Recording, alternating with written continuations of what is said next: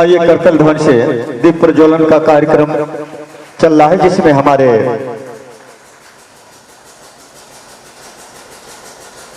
आदरणीय गिरीश चंद तिवारी जी जिला पंचायत अध्यक्ष देवरिया द्वारा और आदरणीय श्री दीपक मिश्र शाखा जी विधायक बरह द्वारा दीप प्रज्वलन का कार्यक्रम संपन्न हुआ।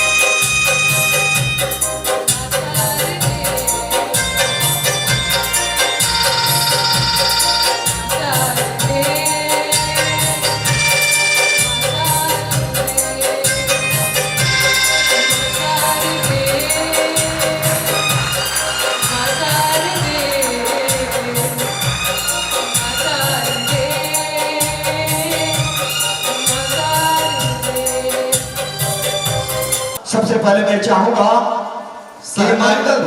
सहनाई के जादूगर का करतब ध्वन से स्वागत करें, क्योंकि यह आवाज आज सिर्फ भलुवनी में नहीं है, विश्व के कोने कोने में जा रही है स्वर गुंजन के माध्यम से।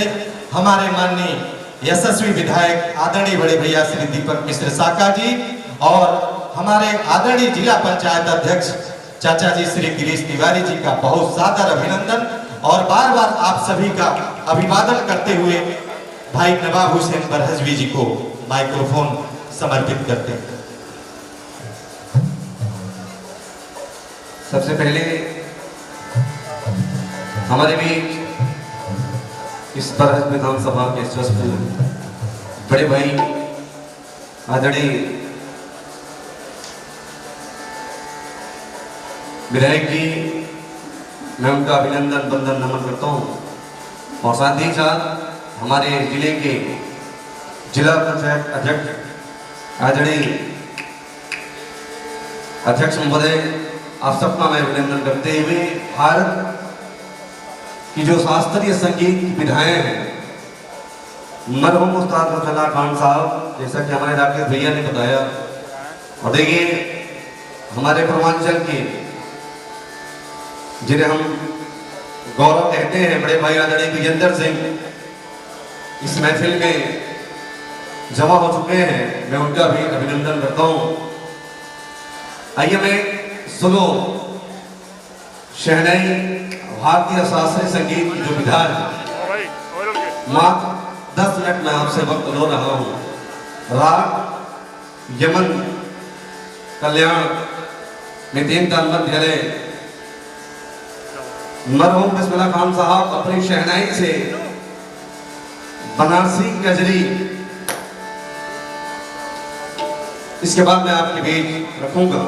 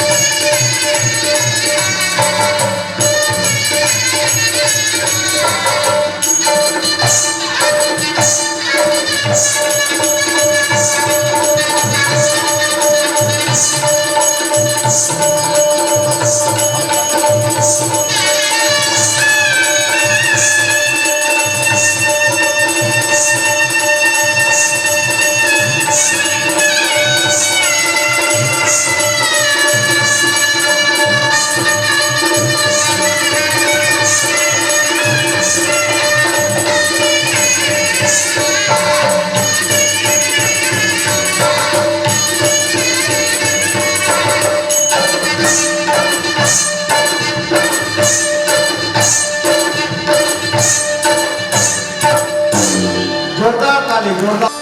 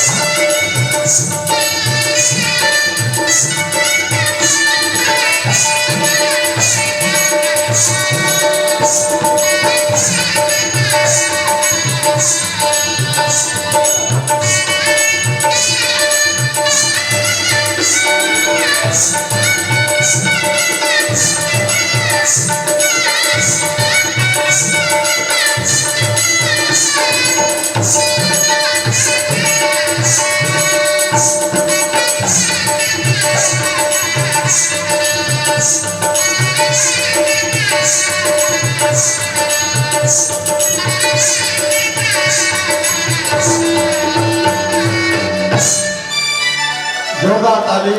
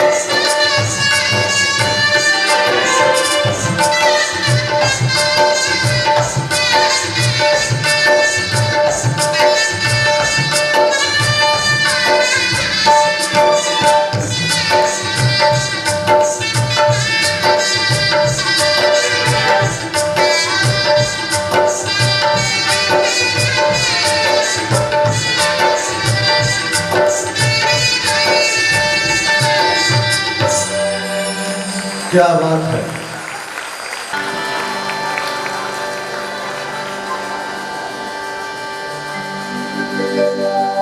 आइए गजरी इस सावन के महीने में मरहूम बिस्मिल्लाह खान साहब की बजाई हुई गजरी में बनारसी मिर्जापुरी गजरी है।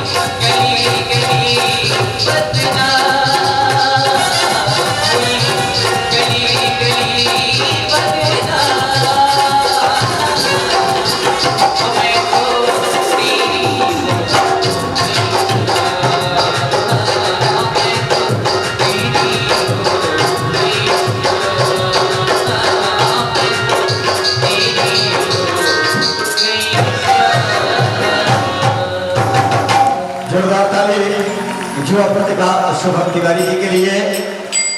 और कर राम जी को जनक नंदन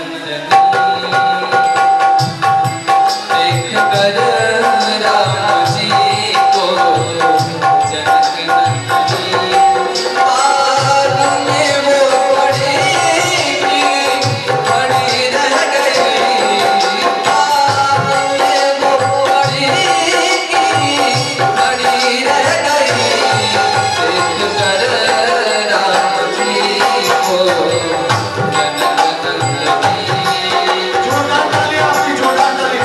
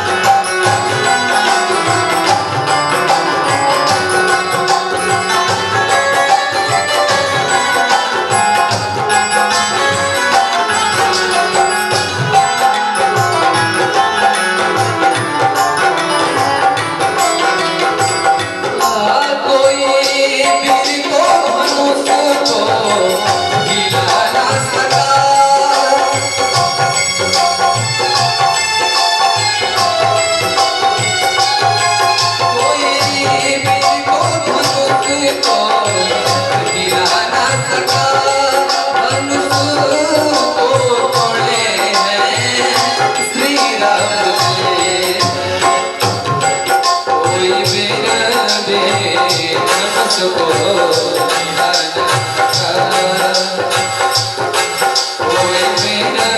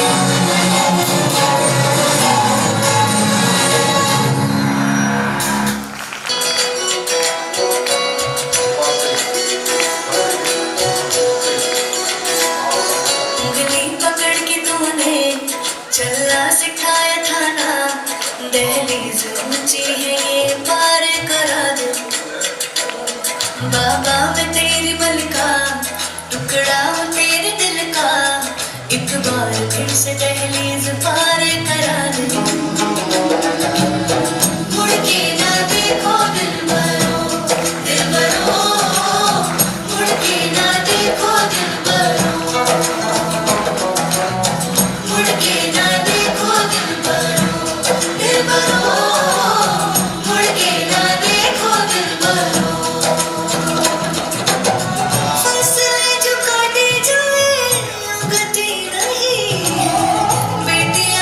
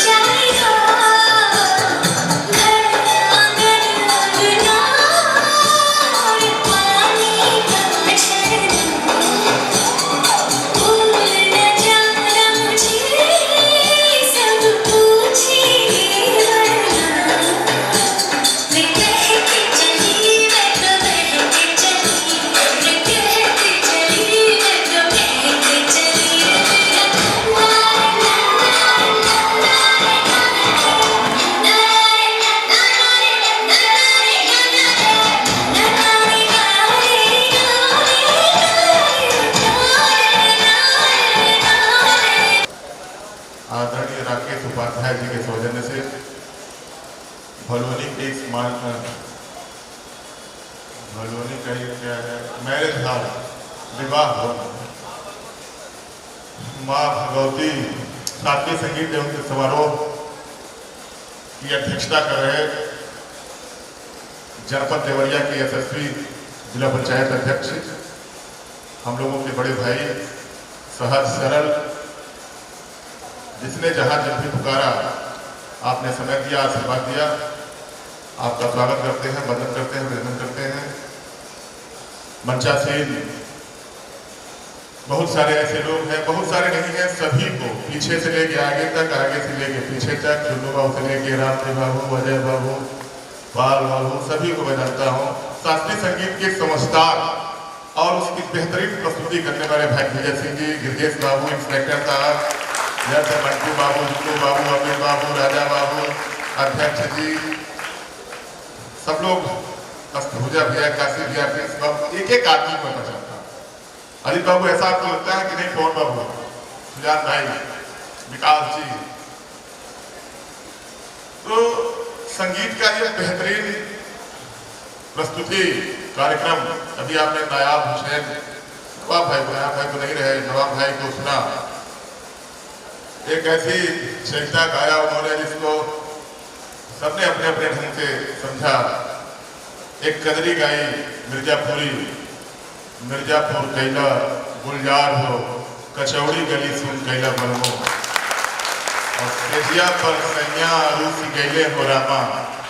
तो हम लोग भी संगीत समझते हैं। मैं आपसे कहना चाहता हूँ, आप सभी संगीत के समझदार व्यक्ति बैठे हुए हैं, मेरा अपना मानना नहीं है, ये पूरे दुनिया का मानना है। राकेश जी, राजेश जी, नवाब भाई, संगीत रूह को सुकून देता है, संगीत आत्मा की आवाज है। विजय बाबू, बिना संगीत आत्मा के रूह में निकल ही नहीं सकता है। और मैं आप सबको बताऊं, संगीत शंकर के तांडव से शुरू होता है शब्द, और वहीं से शब्द निकलता है और संगीत शुरू होते हैं। जो संगीत मैं जानता हूं, सबसे पहला राग हिंदुस्तान की सरजमी पर नहीं, दुनिया के सरजमी पर मंटू बाबू महाराज विक्रमादित्य ने अयोध्या में दीपक राग गाया। 2500 साल पीछे विजय बाबू महाराज विक्रमादित्य ने अयोध्या में एक व्यवसायी के वहां नौकरी करते महाराज विक्रमादित्य ने दीपक राग गाया था। वहां राग शुरू होता है। शब्दों का ज्ञान तो सनातन से है और शब्द शंकर के नृत्य से है, नृत्य से संगीत है। और सबसे पहला राग दुनिया में इस चराचर जगत में मैं कह सकता हूं कि महाराज विक्रमादित्य ने दीपक राग गाया था। उसके बाद संगीत शुरू होती है, और संगीत को जब परोसा गया, संगीत को जब बताया गया और संगीत को दुनिया ने जाना, तो महाराज रीवा के दरबार से रामतनु पांडे ने शुरू किया था। रामतनु पांडे, बहुत सारे लोगों को विजय बाबू लगता होगा कि रामतनु पांडे कौन है, लेकिन मुगल काल के 16वीं शताब्दी में जब उनका नाम मैं आपके बीच में बताऊंगा कि उनका बाद में नाम हीरो बाबू क्या पड़ा, तो आप जान जाएंगे कि रामतनु पांडे कौन है। अजय बाबू, रामदेव बाबू, चुन्नू बाबू, आप रामतनु पांडे को जान जाएंगे। वहां से विभिन्न तरह के राग शुरू हुए, कालांतर में जिनको तानसेन के नाम से जाना है। रामतनु पांडे भारतीय संगीत से प्रभावित होकर अकबर 16वीं शताब्दी में रीवा राजघराने के महाराज के पास आमंत्रण भेजता है, और रीवा राजघराना मुगलों का विरोधी था, और आग्रह करता है अकबर कि महाराज रामतनु पांडे को आगरा भेजे, मैं भारतीय संगीत सुनना चाहता हूं, सीखना चाहता हूं। और न चाहते हुए भी महाराज रीवा को रामतनु पांडे को आगरा भेजना पड़ा है। और जब अकबर ने भारतीय संगीत सुना, तो सच में बताऊं, मैं इतिहास का विद्यार्थी रहा हूं, अकबर उसका दीवाना होकर रह गया। और अकबर ने ही रामतनु पांडे को तानसेन की उपाधि दी है। और संगीत एक और विरोधाभास आता है भारतीय इतिहास में। 2 लोगों को संगीत से, इंस्पेक्टर साहब गिरजेश बाबू, विजय बाबू, भारतीय समाज में 2 बड़े नामचीन और चर्चित लोगों को संगीत के घृणा भी थी। वो एक नाम मुगल काल के अवसान काल में औरंगजेब का आता है। एक बार आगरा के संगीतज्ञों ने कहा कि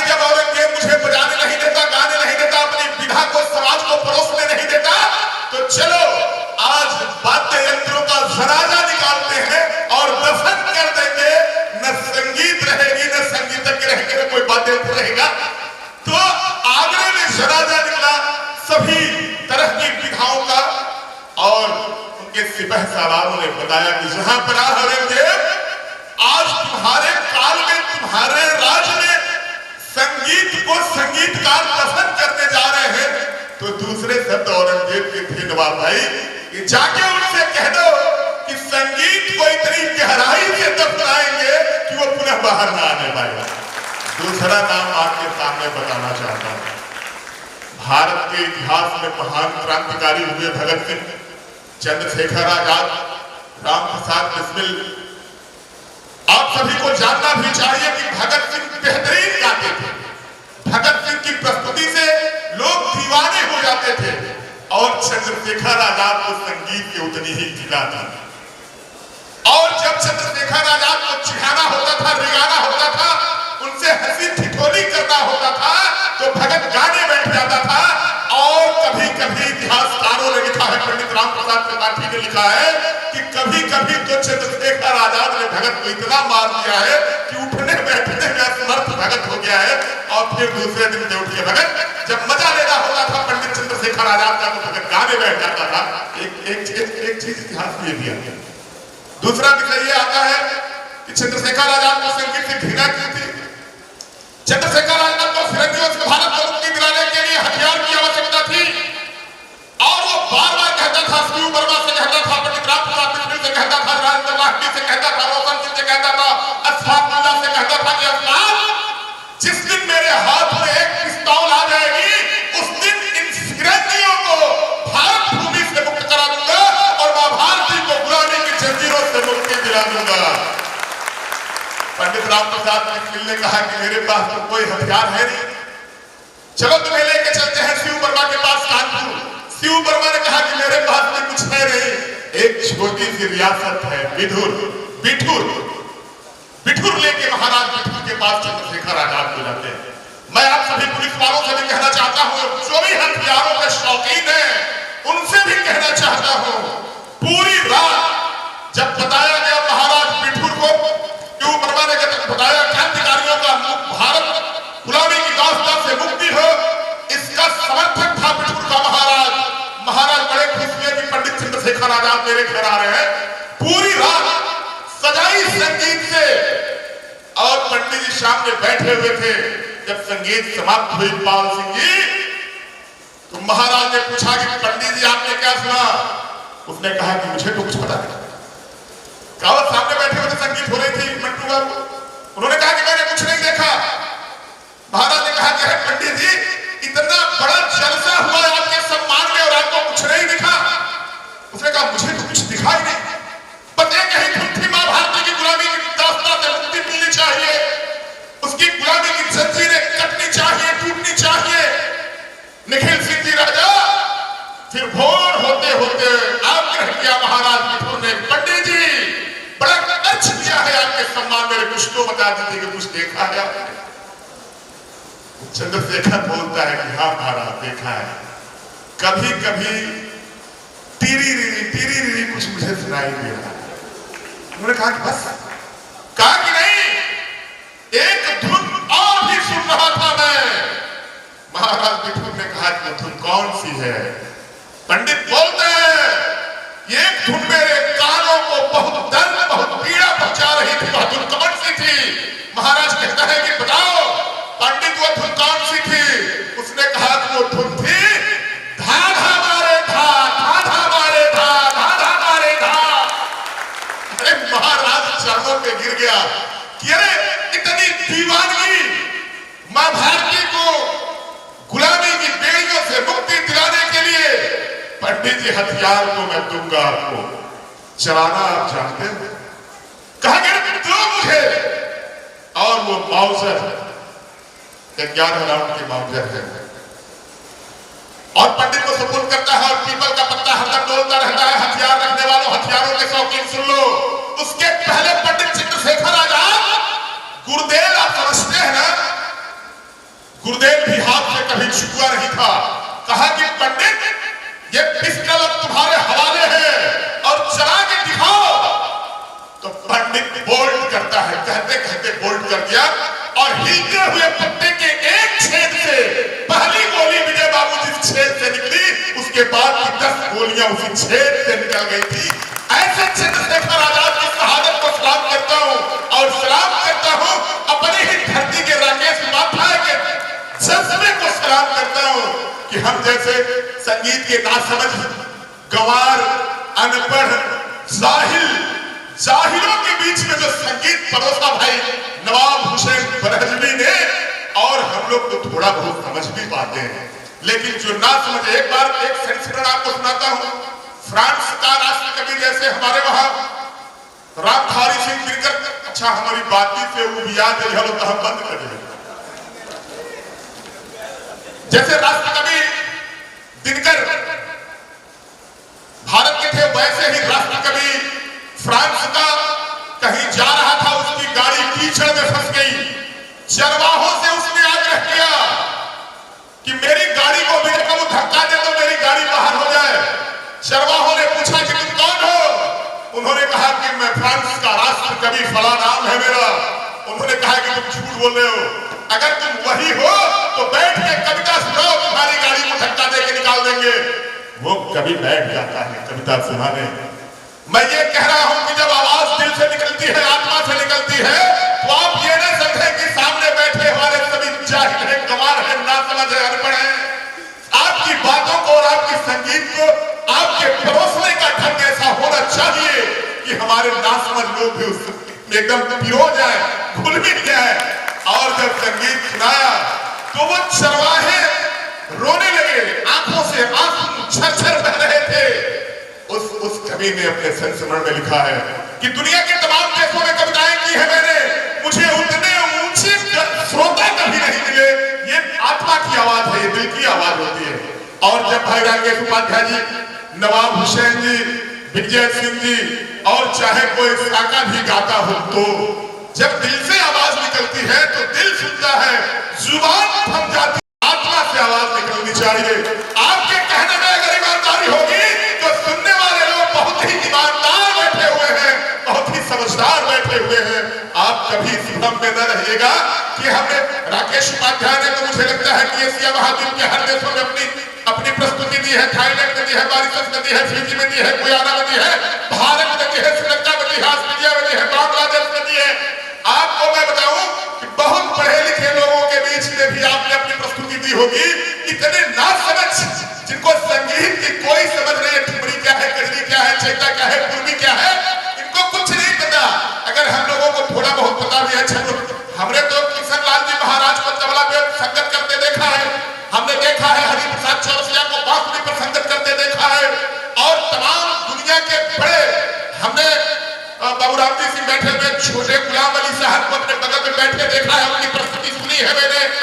और जब अपने लोगों के बीच में आदमी राकेश बाबू आता है, मैं तो अभी तक 2-3 साल पीछे तक पप्पू सिंह जी प्रधान भलूरी में समझता था कि राकेश उपाध्याय गोरखपुर का रहने वाला है। क्या है राकेश उपाध्याय का कार्यक्रम थाईलैंड में है, क्या है राकेश उपाध्याय मॉरिशस में जा रहा है। हमने कहा कि भाई राकेश उपाध्याय है को, मैं आज तक मैं भरत शर्मा को जानता हूँ, गोपाल राय को जानता हूँ, तमाम मनोज तिवारी को जानता हूँ, सब मेरे दरवाजे से गुजरे हुए लोग हैं। और मैं कहता था कि ये राकेश उपाध्याय कौन है, जो आज तक हमसे मिला ना हमको बुलाया। पता चला कि राकेश उपाध्याय मेरा छोटा भाई है, राकेश उपाध्याय करौली का रहने वाला है, और सब्यसाची उपाध्याय का छोटा भाई है, और सब्यसाची उपाध्याय और राकेश उपाध्याय के बीच का मैं हूँ।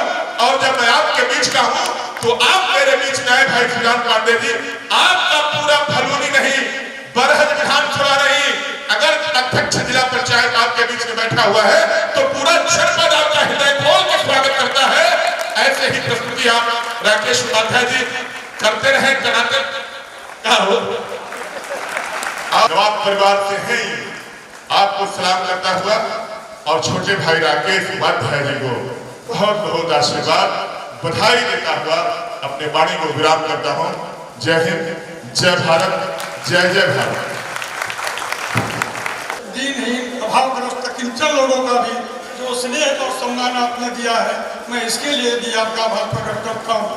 और मैं जहाँ जिस सभा में साका मिश्रा बोल गए हैं, उसके बाद बोलने को कुछ रह ही नहीं जाता, और आपने मुझे बोलने को बुलाया, जबकि आपने साहित्य में, संगीत पर कोई विषय नहीं छोड़ा, कोई बिंद नहीं छोड़ा। आप सभी को बहुत बहुत धन्यवाद आप सभी का। आप ऐसे कार्यक्रम करते रहिए, हर वर्ष हम लाते रहेंगे। बहुत बहुत धन्यवाद। जय हिंद, जय जबकि संस्थाध्यक्ष भाई राकेश उपाध्याय जी माल्यार्पण करते हुए तिवारी जी का, और हमारे पत्रकार बंधु, मीडिया और शासन प्रशासन सभी का जोरदार ताली बजाकर स्वागत। संस्थाध्यक्ष भाई राकेश